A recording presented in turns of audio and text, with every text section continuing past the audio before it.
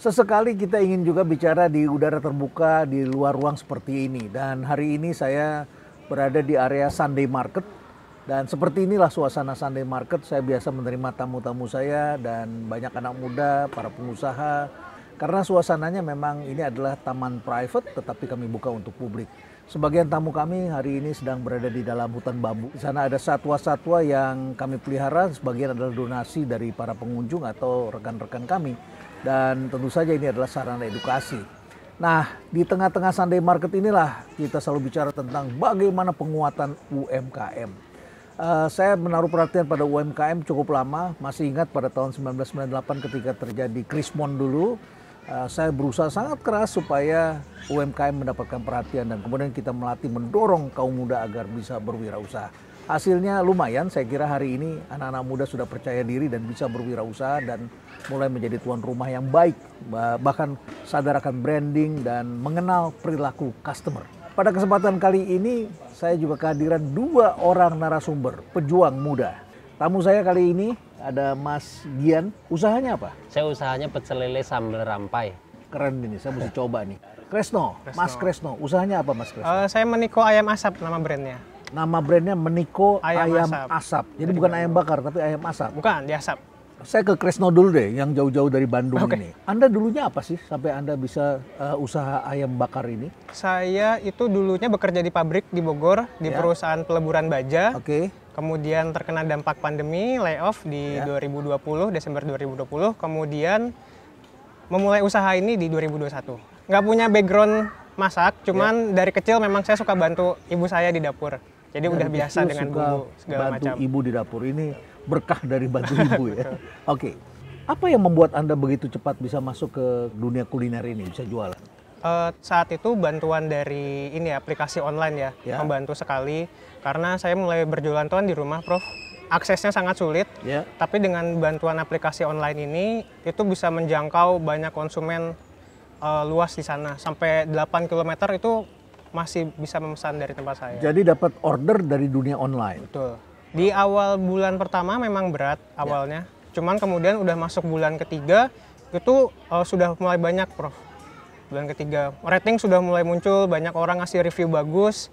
Karena banyak yang review bagus, kemudian mulai muncul percaya diri itu untuk memutuskan akhirnya buka di 2022. Awalnya itu hanya di GoFood dan GrabFood, kemudian muncul ShopeeFood mulai bergabung, cuman saat ini lebih itu di GoFood.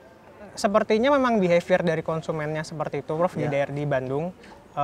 Jadi lebih banyaknya mereka menggunakan GoFood.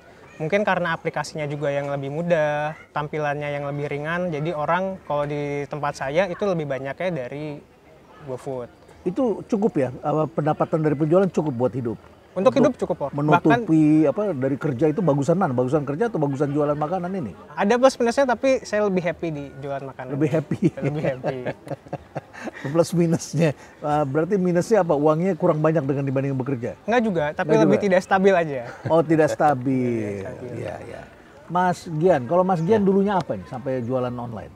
Saya tuh dulunya kerja juga. 2010 dulu ngerantau ke Jakarta. Selama 2 tahun jadi penonton bayaran dulu. Penonton bayaran yang di TV-TV itu? Iya, betul. Yang gini.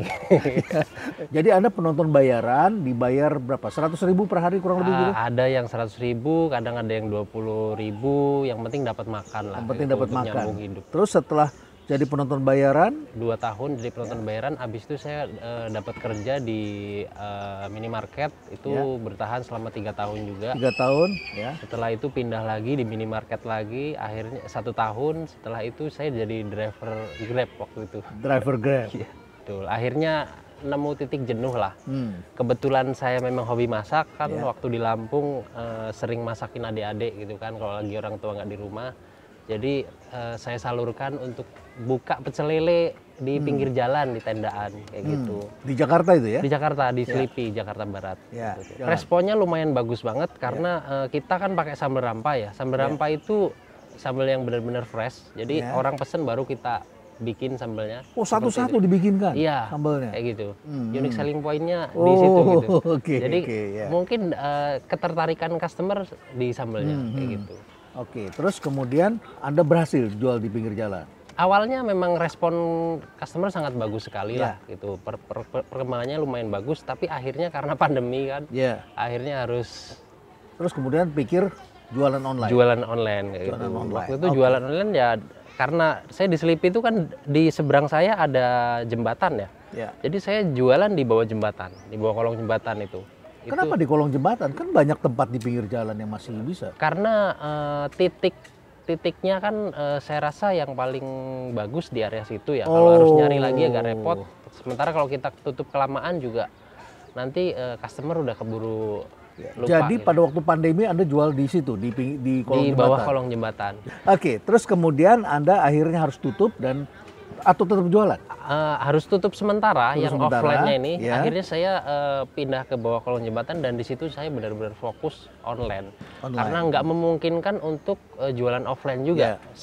Di satu sisi peraturannya Customer-nya juga nggak datang. nggak datang. Ya. Terus habis itu juga secara tempatnya juga nggak memadai lah. Ya. Gitu. Jadi tempat itu hanya untuk masak. Hanya untuk masak dan transaksi online aja. Dan Anda masuk ke berbagai aplikasi. Betul. Empat-empatnya diambil itu ada GoFood, GoFood, GrabFood, Shopee, Traveloka saya pakai semua. pakai semua. Dan empat-empatnya oke. Empat-empatnya sih punya karakter masing-masing ya. Ya, Jadi, menarik nih, kita ingin tahu juga marketnya kayak apa sih kalau bisa dikasih tahu ini. kalau di Shopee itu karena customernya kebanyakan promo hunter ya. Jadi Promo hunter, promo oke. hunter ya. Jadi di mana resto kita lagi promo apa gede-gedean lagi Ada diskon, bebas Diskon, ongkir, iya gitu. potongan, apalah segala itu macam. bakalan rame banget sih. Oh, kayak rame. gitu, ya. Oke. Jadi Shopee lebih ke promo hunter, habis itu GrabFood tuh lebih ke kaum milenial gitulah. Milenial seperti apa nih milenial? Seperti kayak ya mahasiswa gitu, terus ya orang yang mungkin kalau mereka mau belanja tuh dibandingin dulu sama GoFood kayak gitu. Ya. Terus kalau di GoFood sendiri Ya, itu GoFood. perilaku customernya lebih ke loyal customer sih. Jadi mereka ada promo atau nggak ada promo mereka tetap beli kayak gitu. Ada promo, nggak ada promo mereka tetap beli. Iya. Jadi GoFood tuh lebih loyal. Lebih loyal. Ya, kalau di Bandung gimana, Mas Kresno? Kalau Apakah di sama karakter dari customernya? Kayaknya saya lihat tidak jauh beda ya. Apalagi kalau di GoFood. Di GoFood itu memang customernya loyal dan tidak terlalu sensitif sama harga, Prof. Oh, tidak terlalu sensitif sama harga. Iya, cuman mungkin yang menjadi hambatannya di setiap aplikasi itu ongkirnya sekarang, Prof. Jadi untuk harga makanannya mahal pun mereka tidak masalah. Ya. Cuman kalau untuk biaya-biaya lainnya di situ yang mungkin memberatkan mereka. Ya. Apa yang terjadi ketika PPKM kemudian turun dan kemudian orang mulai kembali bekerja? Apa yang kemudian Anda lakukan?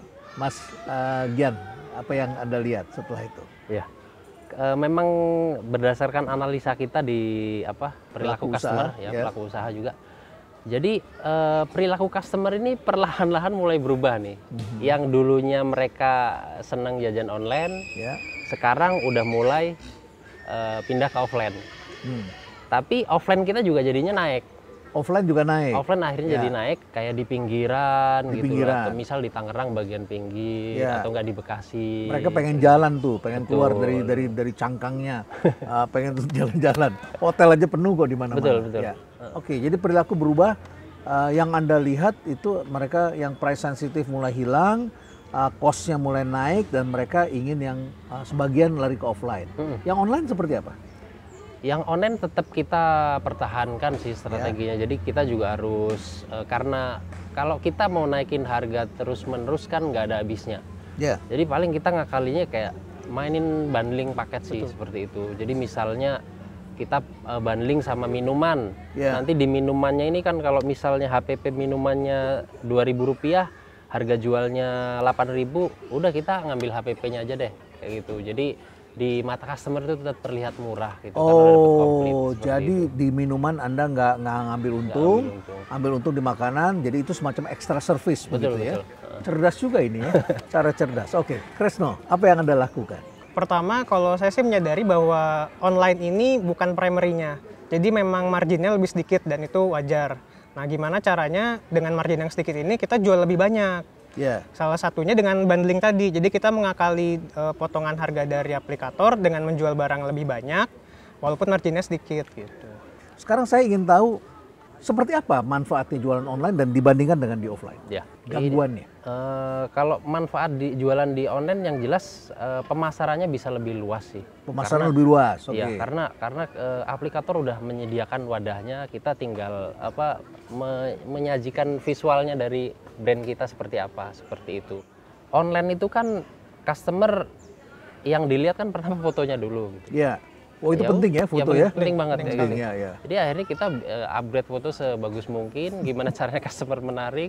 Kalau makanan ya kita ya itu udah kita serahin sama food photographer lah. Jadi mereka kan pasti bisa ngambil angle. Jadi Anda pakai food photographer? Pakai. Salah satunya itu sih yang harus kita lakuin di online ya. Apalagi kan ya itu visual yang customer. Itu modalnya di situ ya.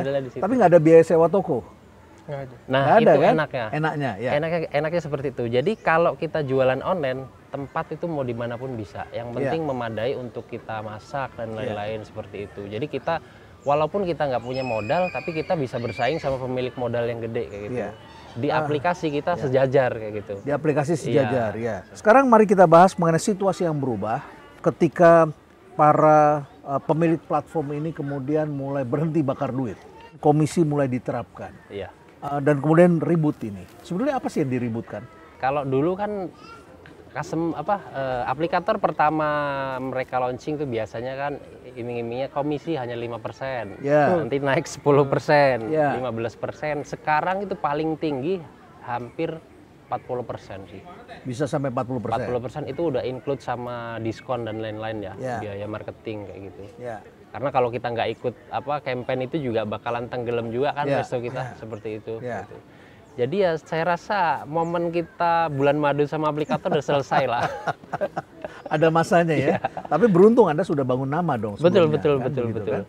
Setidaknya kita tetap di online itu tetap bisa menjangkau customer yang lebih luas lagi lah seperti itu. Jadi sebetulnya 40% itu bukan hanya semata-mata karena harga dinaikkan, tapi karena ada promosi kan? Iya, betul. Ada promosi. Kita sebagai pelaku usaha kan di dunia offline kan juga selalu melakukan promosi.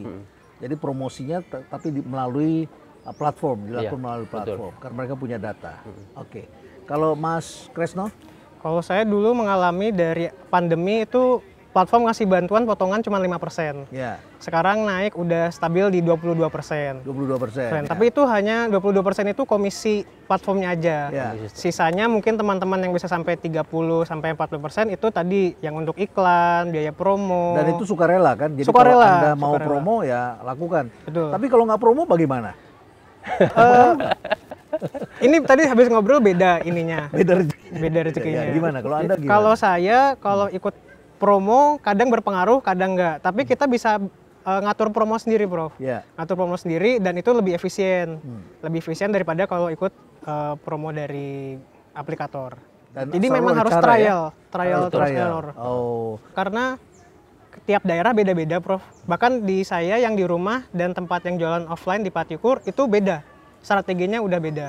Yang daerah padat penduduk itu lebih mudah untuk dikasih promo segala macam. Beda dengan yang padat merchant itu mau promonya kencang gimana pun tetap susah bersaing karena sudah banyak pemainnya. Karena kita kasih promo, yang lain juga kasih promo. Betul. Ya nggak ada efeknya begitu ya. Adu kencang aja, adu teriak di tempat yang sangat berisik. Kita berteriak kayak apapun ya sangat bising begitu. Oke, baik. Jadi memang walaupun kita sudah nyaman di suatu tempat, tetap kita harus berpikir ya. Jadi pengusaha memang harus seperti itu ya. Ini hasil studi Alfara nih. Jadi ada satu Bureau Research yang dilakukan oleh kawan-kawan saya, anak-anak muda ini. Saya pernah bertemu dengan Alfara. Ditemukan begini, 95% UMKM kuliner berpendapat bahwa komisi itu baik. Ya, komisi itu baik dan akan tetap bermitra dengan online food delivery ke depannya. Jadi walaupun keadaannya seperti ini, mereka masih merasakan manfaatnya. 94,2%, jadi angkanya di atas 90% semua nih ya. UKM merasa sesuai dengan manfaat karena katanya manfaatnya masih bisa dinikmati dalam bentuk promosi, dalam bentuk memperbaiki platform. Pendapat Anda?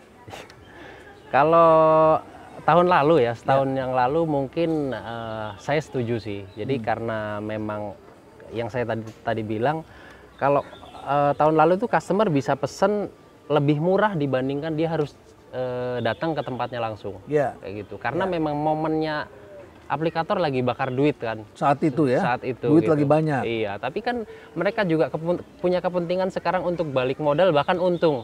Ya. Jadi mau nggak mau harus nurunin diskonnya, harus naikin komisinya, yang berakibat dari kenaikan harga di merchant juga. Kalau kita nggak naikin harga kan rugi juga. Ya. Apalagi bahan baku juga ikut naik gitu. Jadi ya sebenarnya kita semua punya kepentingan sih. Ya, Cuman, saatnya sekarang harus sama-sama untung ya. betul. Saatnya harus sama-sama untung. Oke, sekarang Mas Kresno bagaimana pandangannya? Kalau menurut saya keuntungan yang diberikan tuh lebih kayaknya Prof. Pelatihan, Ya. dibentuknya komunitas. Ya. Itu yang sangat penting karena sebagai orang yang tidak punya background pengusaha bertemu dengan yang lainnya, diajarin itu tuh sangat membantu gitu. Membantu untuk berkembang bukan hanya bisnisnya tapi kita juga sebagai owner skillnya pun meningkat gitu. Anda diajarin apa saja sih? Oleh Mulai dari kayak marketingnya, brandingnya, Ya, pricingnya, cara bikin foto yang bagus gimana, Ya. menentukan harga gimana, ngitung HPP-nya seperti apa. Itu buat pemula penting sekali ya. Penting sekali. banget. Nah, terus? Terus juga yang lebih penting lagi adalah kan kita ketemu senior. Ya. Ketemu senior. Jadi ada semangat yang disalurkan di situ loh. Kemudian studi dari Alvara mengatakan bahwa 94,2% merasa sesuai dengan manfaat, 97,7% kan tinggi ya, 97,7% masih mendapatkan untung. Menurut Anda masih untung? Masih. Kalau di saya karena kita ada outletnya ya, Ya. jadi ada harus sewa ruko Ada penyangganya. dan lain-lain, ada harus sewa tempat, kalau kita kan harus sediain mes karyawan gitu juga kan. Oh, ada kosnya ke sana. Iya, karena ada karyawan Ya. dari daerah kan gitu. Ya.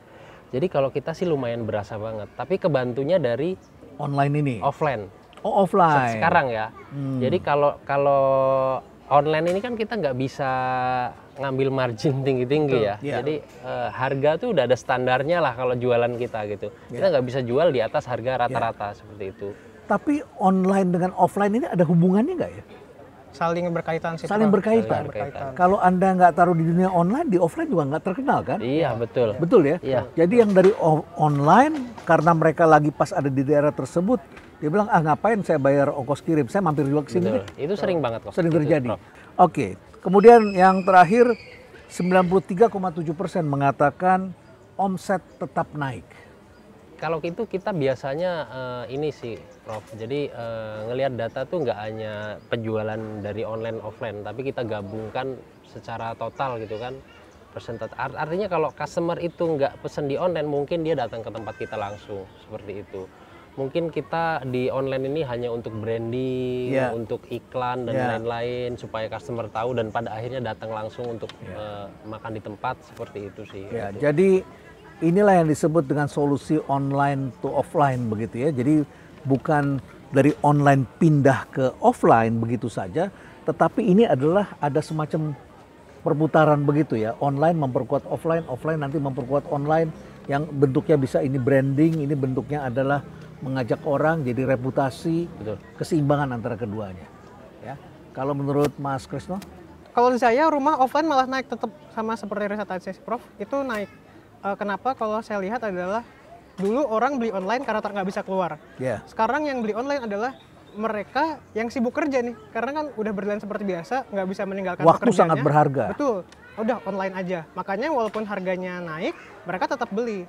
Baik, jadi kita sudah pelajari tadi betapa dalam situasi yang berubah, kita semua juga harus berubah, harus beradaptasi, dan UMKM ini adalah selalu menjadi tulang punggung ekonomi yang penting bagi Indonesia. Hadirnya wirausaha-wirausaha seperti ini jangan dianggap enteng, karena ini merupakan jembatan bagi kita untuk membangun ekonomi yang lebih besar. Jumlah mereka tidak sedikit, banyak sekali, dan tentu saja kita mengharapkan mereka bisa tumbuh, naik kelas. Siapa tahu suatu ketika akan menjadi pemilik merek terkenal, siapa tahu Anda menjadi pengusaha dalam industri makanan yang lebih besar lagi. Dan terkait dengan komisi yang ramai dibicarakan, ada studi yang tadi saya sebutkan, sekali lagi saya ingin tekankan bahwa ternyata komisi itu adalah memang sesuatu yang wajar saja, hanya saja dari komplain-komplain yang ada memang sangat jelas. Banyak yang merasakan ini menjadi beban, namun sepanjang komisi itu bisa dikembalikan dalam bentuk platform yang lebih baik, dalam bentuk edukasi, dalam bentuk komunitas, dalam bentuk promosi, tentu saja para pengusaha akan berhitung. dan mendapatkan manfaat karena pendapatan meningkat, penjualan meningkat, dan penjualannya tidak hanya meningkat di dunia online karena mereka juga manfaat dari dunia offline. Jadi keduanya saling menopang satu sama lain. Itu yang kita pelajari pada hari ini. Terima kasih banyak Mas Gian, Mas Kresno, sukses dan jangan pernah menyerah menjadi pengusaha karena di dalam kegiatan kita menjadi pengusaha selalu ada tantangannya. Stay relevant.